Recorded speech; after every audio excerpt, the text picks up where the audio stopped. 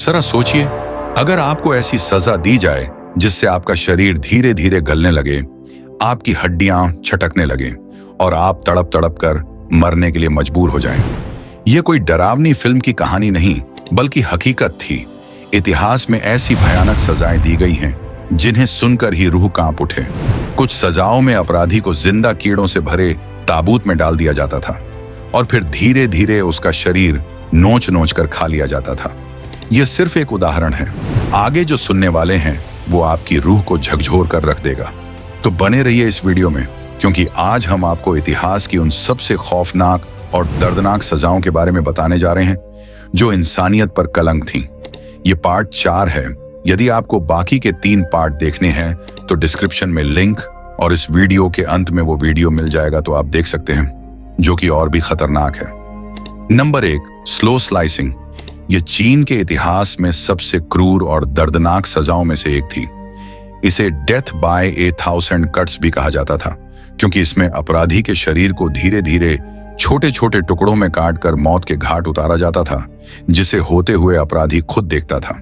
अब आप ही सोचिए कि एक छोटा सा खरोच से हमें बेहिसाब दर्द होता है, तो उस अपराधी का क्या हाल होता होगा जिसके शरीर पर हजारों कट्स लगते होंगे, और वो भी उसी के सामने उसे जिंदा रखकर। आज के अपराधियों के लिए एक वरदान है कि वो पुराने जमाने में पैदा नहीं हुए थे, वरना वो इस सजा का नाम सुनकर ही मर जाते। खैर, आपको बता दूं कि इस सजा में कैदी को एक लकड़ी के खंभे से बांध दिया जाता था। पहले उसके शरीर के मांस को धीरे धीरे छोटे टुकड़ों में काटा जाता था और उसमें भी सबसे पहले हाथ पैरों की मांसपेशियों को चाकू से निकाला जाता था। इसके बाद छाती, जांघों और अन्य हिस्सों को निशाना बनाया जाता था। आखिरी में गला काटकर मौत दी जाती थी। लेकिन यह सजा कई दिनों तक चलता था, जिसके दौरान अपराधी को बेहिसाब दर्द का सामना करना पड़ता था। और तो और कुछ मामलों में पीड़ित को जिंदा रखने के लिए उसे अफीम दी जाती थी, ताकि वह अधिक दर्द सह सके और सजा को लंबा किया जा सके। Number 2, burning at the stake. कहा जाता है कि दुनिया में सबसे ज्यादा दर्द जलने पर महसूस होता है, जो किसी भी दर्द से ज्यादा है, और यही सजा को इतिहास की सबसे भयानक और क्रूर सजाओं में से एक माना जाता था। इसे ज्यादातर धर्म के खिलाफ जाने वालों, जादू टोना करने वालों और देशद्रोहियों के लिए इस्तेमाल किया जाता था।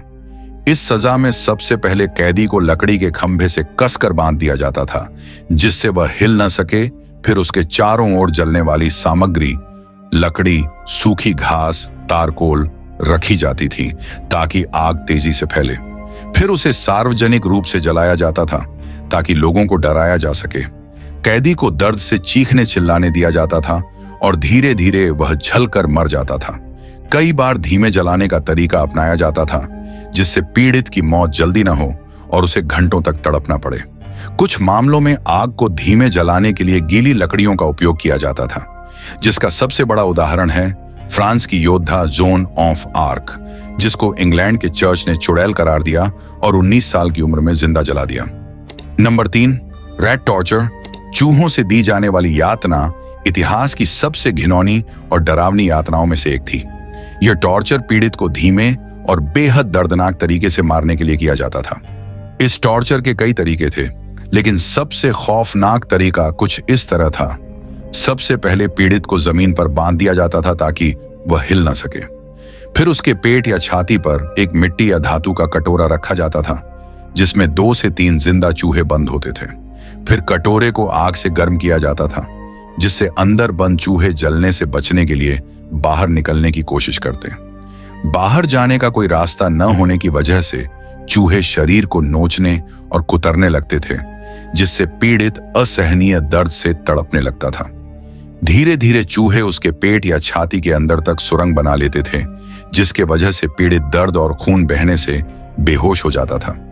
अगर यातना जारी रखी जाती तो चूहे शरीर के अंदरूनी अंगों तक पहुंच जाते और अंततः मौत हो जाती। और यही वजह है कि इसे इतिहास के सबसे घिनौने सजाओं में से एक माना जाता था। Number 4, crocodile shares. वह यातना उपकरण जो दर्द से रूह तक हिला देता था। सोचिए, जब आग में लाल गर्म धातु आपके शरीर को नोचकर अलग कर दे। शरीर से अंग कटने के बाद अत्यधिक खून बहता था और पीड़ित बेहोश हो जाता था। यह एक बेहद क्रूर यातना उपकरण था जिसे देशद्रोहियों, राजद्रोह के दोषियों और राजा के खिलाफ जाने वालों को सजा देने के लिए इस्तेमाल किया जाता था। इसे खास तौर पर पुरुषों के लिए डिजाइन किया गया था और इसका उपयोग ज्यादातर जननांगों को काटने के लिए किया जाता था। यह एक धातु की बड़ी कैंची जैसी चीज होती थी जिसका सिरा मगरमच्छ के जबड़े की तरह बना होता था। इसके दो हिस्से दांतेदार होते थे जो आपस में कसकर बंद होते थे। जब इसे बंद किया जाता तो यह मांस को कुचलकर फाड़ देती थी। इस सजा में सबसे पहले अपराधियों को पकड़कर जंजीरों से बांध दिया जाता था ताकि वह हिल न सके। शीयर्स को आग में लाल गर्म किया जाता था जिससे यह और भी दर्दनाक हो जाता था। फिर इसे पीड़ित के जननांगों पर कसकर जकड़ दिया जाता था।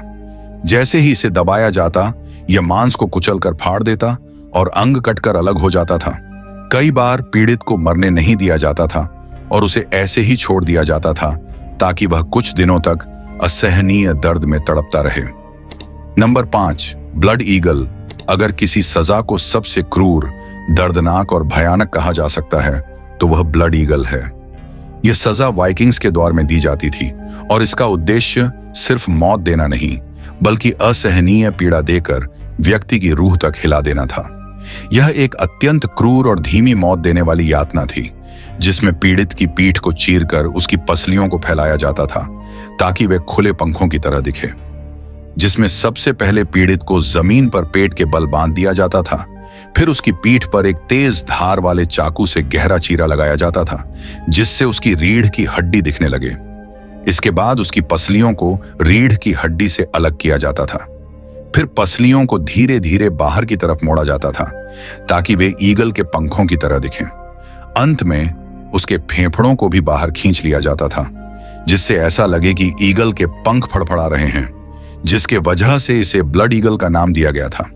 ब्लड ईगल सिर्फ हत्या करने का तरीका नहीं था बल्कि यह दुश्मनों को डराने और अपनी शक्ति दिखाने का तरीका था। इसे राजाओं, देशद्रोहियों और शत्रुओं पर आजमाया जाता था ताकि कोई भी वाइकिंग्स से दुश्मनी न करे। अब आप ही बताइए कि इन 5 सजाओं में से किसी एक सजा जो आज के अपराधी को देना हो तो कौन सा चुनेंगे? अपना जवाब कमेंट में बताएं और इससे भी खतरनाक सजा के बारे में जानना चाहते हैं तो अगले वीडियो का इंतजार कीजिए क्योंकि यह सिर्फ शुरुआत है। वीडियो पसंद आया तो लाइक करें और ऐसे ही खतरनाक और रोमांचक वीडियो के लिए चैनल को सब्सक्राइब जरूर करें।